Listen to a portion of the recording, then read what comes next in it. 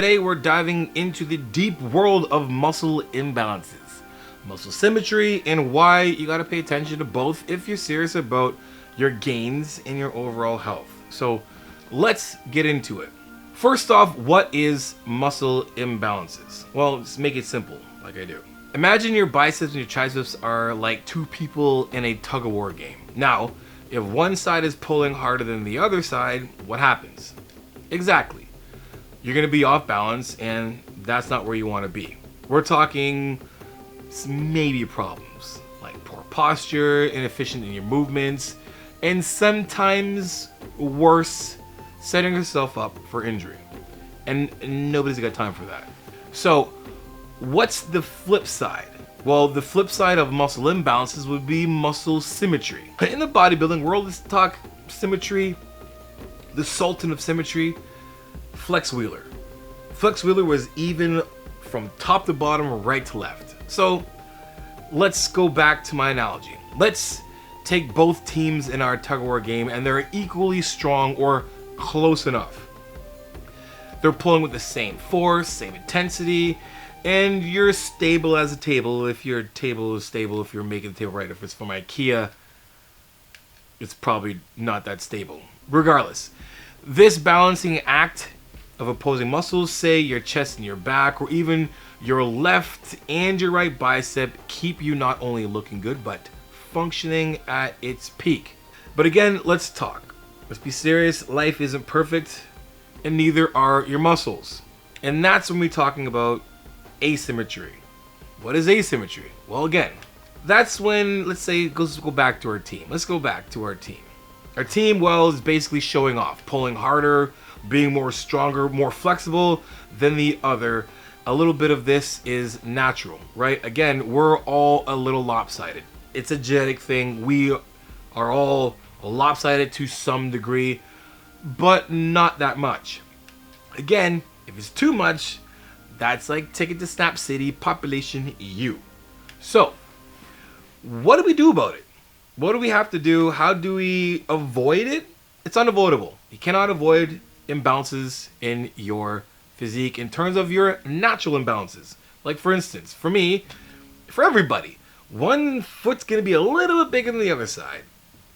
One side is going to be a little bit bigger. One foot's going to be maybe a little bit bigger. One arm might be a little bit longer. We are all not perfect. It is impossible to make yourself perfect. But there are instances where you can fix imbalances. And we're talking about imbalances in this world. We're talking about being inefficient in your training, or worse, maybe you've been injured and upon recovery you have some muscle atrophy. Your muscles have atrophied from just not doing anything. That can happen. Now, that's when you can actually do something about it. So let's take instance number one. Let's just say that you injured yourself and your arm is up. Let's say you broke your arm and it's been in a cast and now it's out and it's small as hell and this arm is massive. What do you do? Well, while you're actually in the cast, contrary to belief, you should actually still train the other side. Why? Because it actually does help the other side heal and still remain, I would say, in a healing process of getting stronger-ish, bigger and stronger. But like Johnny, it comes with a cast, it's still small. Yes, it does. But again, training one side is going to help the other side. So when that is out of the cast, and you continue to train on the other side, the other side decides to start picking up the speed a little more than when it's actually, and then when you can actually train it, you're not really starting from so far behind. But again, when you can, and then it's out of the cast and you can actually train it, what do? Well, train the side that's smaller first, coming back from injury, I'm saying. I'm not talking about the side that is naturally smaller than the other side. Unfortunately, it's like that for a reason. We'll get back to that later. Again, train the side that's smaller from injury first. Give it more love. Give it all the love in the world. And then train the other side. 2, make sure you have unilateral exercises in your training plan. You don't have to do everything bilateral, and for those who don't know what unilateral bilateral is, and there's some people who don't know, unilateral is basically when you're training one side at a time. Not alternating, but training one side at a time. You train the left side first, you do 10 to 15 reps on one side, take a small little break, then you do 10 to 15 reps on the other side. So make sure you have unilateral work in your plan. I think that's one of the things that a lot of people are missing. We're so stuck on training compound movements or, bilateral stuff that we forget to train that one side first, right? So there's what you do for coming back from an injury. Now, let's just say you're someone who just, effed off in the program and decided to prioritize one side than the other side. Well, here's how we do that. And I'm talking the asymmetry type of imbalance. Because again, when we're talking about like muscle imbalances, natural, look, I've had a muscle imbalance in my right arm for my entire life. And then I injured my shoulder as well too. So it made it even harder for it to come back to its natural-ish size, whatever it is. But guess what? Until you actually look at it, you really can't tell the difference. And also, guess what? It doesn't matter if I decide I'm going to train this arm all day long and not this arm. This arm is still going to be smaller than this arm because guess what? That's just how it was made. Let's just put it this way. Let's say that, let's make an arbitrary number, because I've measured my biceps before. My biceps have been as big as 21.5, almost 22 inches. That is the peak that they're probably going to grow. That's the size my left arm has got max. My right arm came close to it, 21.5. But guess what? Doesn't matter how much I train this arm, it's not gonna grow that extra inch, because just like everything else, there's a natural limit that your body's gonna get to where it will just not grow anymore. Unless I decide to throw some oil in there, which I'm never gonna do. That's just how it works. All right, now, let's talk about asymmetry imbalances, or those who may have played sports before, and I've had those before too. You have those asymmetry athletes who have come from different sports and their lower body is way bigger than their upper body. I trained a lot of hockey players before. One of my athletes, Taylor, is a hockey player. He came in and his legs were bigger than his upper body by a long mile, and we had to continually train his upper body to catch up to his lower body. Did we say we're no longer training lower body? No, dumbass idea. What we did was we prioritized his upper body in terms of what comes first. So for those of you who have those muscle imbalances in an asymmetry standpoint, meaning that you've maybe played a sport before and you have a bigger upper body than a lower body, or for most cases, you're one of those people who decide, I'm only going to train upper body, I don't really care about training lower body. For one of those, how do you change that? How do you fix that issue? Well, super duper simple. It's actually very simple. You prioritize it. You prioritize it in terms of where you put it at in your week and where you put it at in your training program. So let's just make it super easy.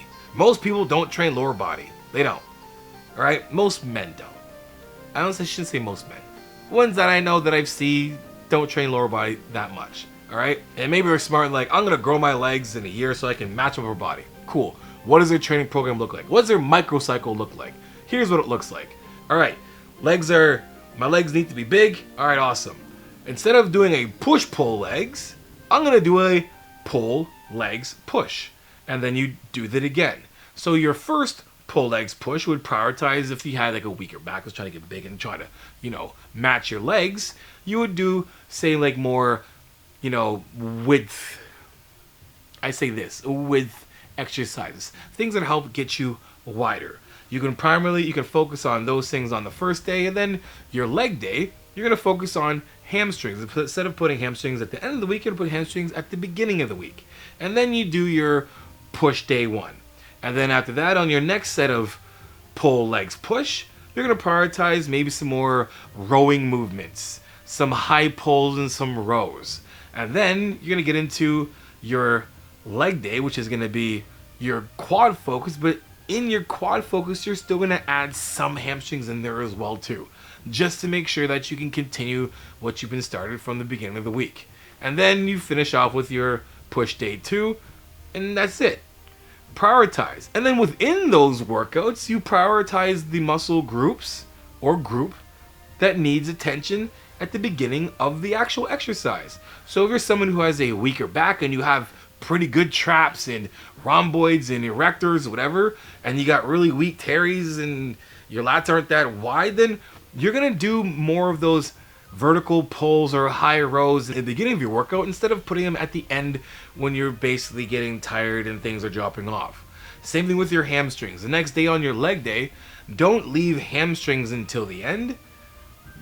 Prioritize them at the beginning. Start off with hamstrings first, then get into your compound movements, and then taper off that way, and so forth.